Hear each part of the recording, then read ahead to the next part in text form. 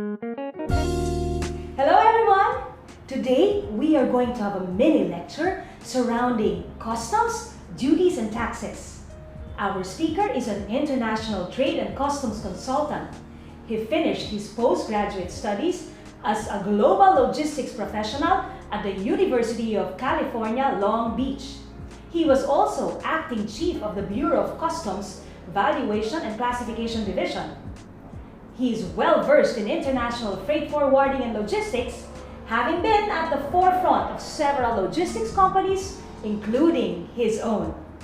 Guys, our speaker for today is Mr. Dexter Pedreza. And here's my question, Dex. How do you compute for customs, duties, and taxes? Thank you very much, Aleli, for that great question. So I think this is also timely, especially for those professionals who are just starting their career in the supply chain or international trade industry. So this will better equip them in knowing how to compute the duties and taxes on their importation. But before we start, I would just like to remind our YouTube followers or viewers that this discussion would be divided into 3 parts. The first 2 videos, we will dedicate it for discussing the theoretical side of our computing on how we should compute the duties and taxes. And the last, or the third video, we will utilize that to apply what we have learned during the first 2 videos. We'll start. Okay. So what is the first thing that we should know or we should understand in computing duties and taxes? So there's one thing that we should understand first, which is the dutiable value. Okay. So ano ba po ang dutiable value? Okay. So by definition, your dutiable value is the price paid or payable for the goods when sold for export to the Philippines after considering some adjustments. So, yan po yung inyong definition. So, of course, since we're talking about computation, so your dutiable value has 4 components. So, the first one is your customs value. Okay. Ano ba po ang customs value nyo? Your customs value is your FOB or FCA based on your Incoterms 2020. Okay. So, depending on what Incoterms you are using, you have to extract your FOB or FCA, especially if you are using DDP or DAP in your shipments. But in the interest of time, we cannot discuss in details the 11 Incoterms, but our viewers or followers can search in PortCalls YouTube videos our Incoterms discussion. Okay? So we have a separate videos for that. So to continue, next element is your dutiable freight. So your dutiable freight is governed by your CMO 22-2007. Okay. The third one is your dutiable insurance, okay, which is governed by the same law, CMO 22-2007. Okay. And lastly, your dutiable other charges. So yung dutiable other charges ito po yung inyong mandatory additions. So you have your commissions, your assist, royalties, packaging, proceeds, insurance, and transport.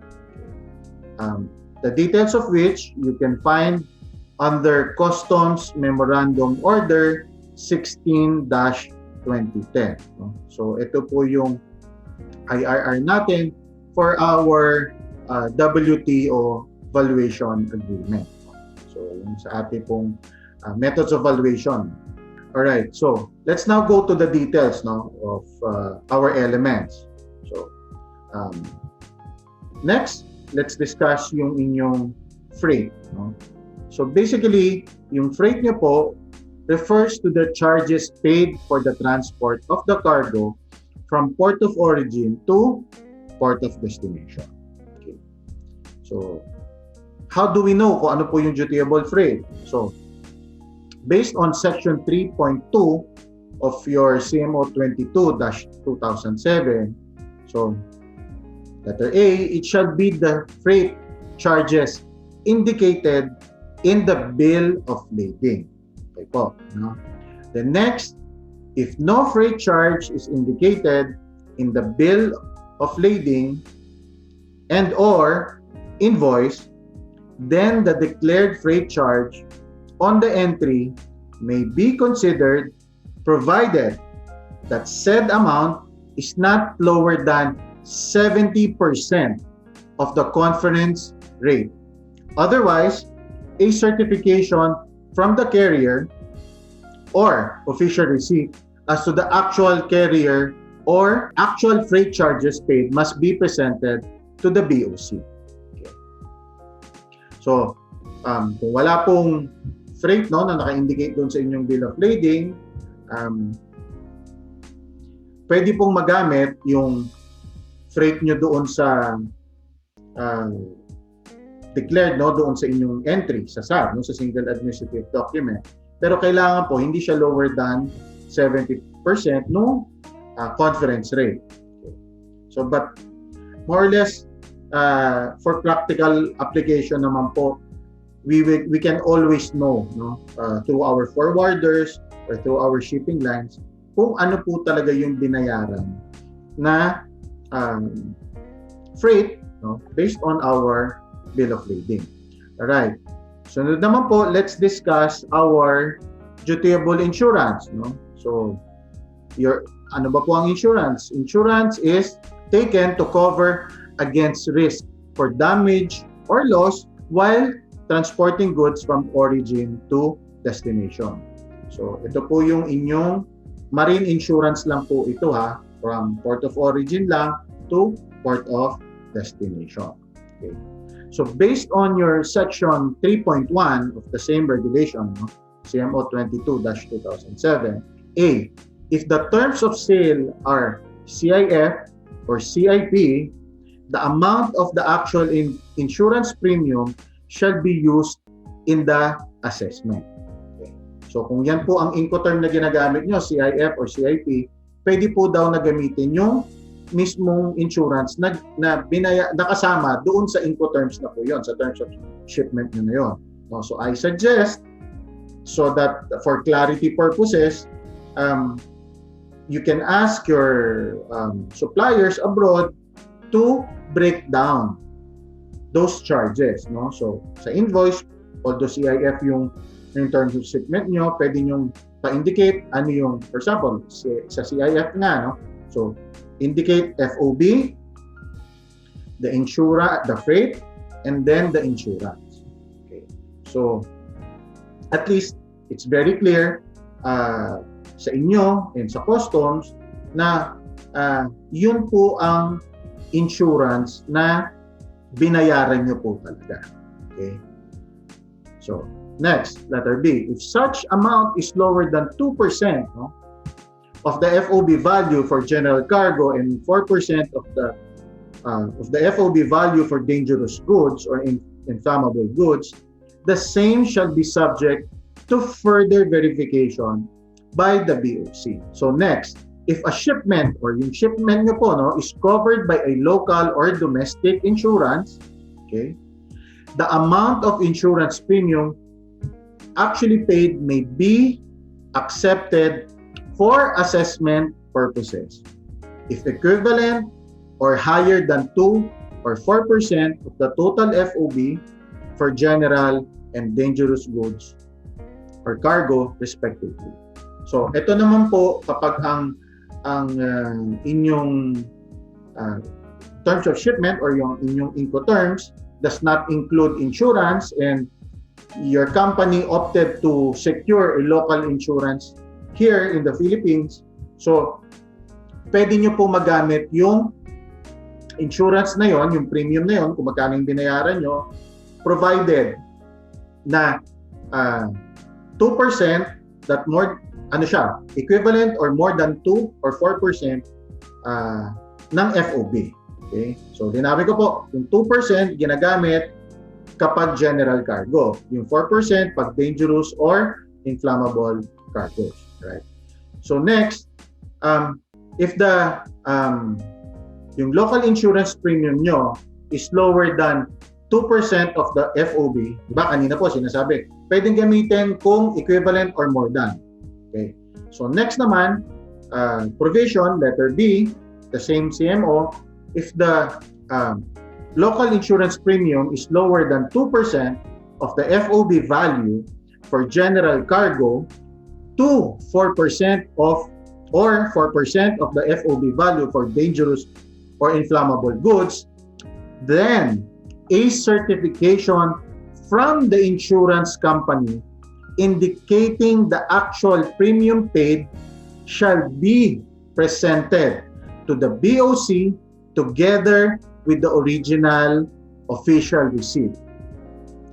A copy of that OR shall be certified as true copy by the concerned customs appraiser who shall attach the same to the original working copy of the entry. In short po, kanina, ang sabi, pwede gamitin basta yung local insurance kapag equivalent sa 2% or 4% or higher. Okay? Than the 2 or 4%. Depending kung, again, general or dangerous. In this case, kung mas mababa siya, okay, pwede nyo siyang gamitin as basis for your dutiable insurance kung you can present a certification from the insurance company, okay, together with the original receipt. So dalawa po yun, merong certification saka may OR. So, okay, so both indicating kung magkano yung premium na binayaran. So kung masatisfy nyo yun, which is ito, hindi naman imposible kasi if you, for practical purposes, pag in reality, no, kapag nag-apply tayo ng domestic or ng domestic, ng local domestic insurance or local insurance, we can always ask for the certification, no, from the insurance company. Of course, syempre may OR po yan. Okay, the next, if the importation, no, is not covered by any local insurance, the amount of insurance premium declared in the entry may be accepted, okay, provided that if such amount is lower than 2% and 4% of the FOB value for general and dangerous cargoes respectively, the same shall be subject to verification by the BOC. Okay, so pwede po daw magamit, pero kailangan i-verify pa ni BOC. But yung nangyayari po talaga sa ground is that kapag wala kang na-present na local insurance premium or wala kang local insurance together with the certification and OR, automatic po na you will be assessed using the 2 or the 4%, no, na insurance, dutiable insurance. So again, kapag doon sa terms of shipment nyo, kasama na yung insurance, mas maganda po, naka-indicate siya as a separate value doon sa invoice para at least clear kung ano po yung talagang insurance amount na ginamit. And kung wala naman po, if you acquired a local insurance here in the Philippines, you should ask for a certification with official receipt, no, indicating the amount of the insurance. So, yun po. I hope that's clear, no, for the dutiable insurance. All right. So, of course, yung values po natin, no, are all in, syempre sa abroad po natin binibili yan. So, it's either in US dollars or other third currency. Okay? So, right now, I will be discussing with you yung CMO 14-2019 Section 3, which is about your exchange rate. No? Okay. So, kasi po, yung dutiable value nyo pag na-compute nyo, so, di ba, meron po yung customs value, alam nyo na kung ano yung FOB, FCA. Alam nyo na rin kung ano yung dutiable freight nyo. Alam nyo na rin po kung ano yung dutiable insurance. Then, na-determine nyo na rin po yung kung may mandatory additions kayo. Kung wala, nothing to add. Kung meron, you need to add it. Okay? Then, if you add all of those, that would be in US dollars or in other third currencies. Okay? So, you need to convert those values into peso. Okay? So, ito po yung guidelines on how to do that. Okay? So, first, the exchange rate issued by the Bangko Sentral of ng Pilipinas each Friday shall be adopted the following day, Saturday up to Friday the following week. Okay? So, yung inisyo po, for example, Biyernes po ngayon.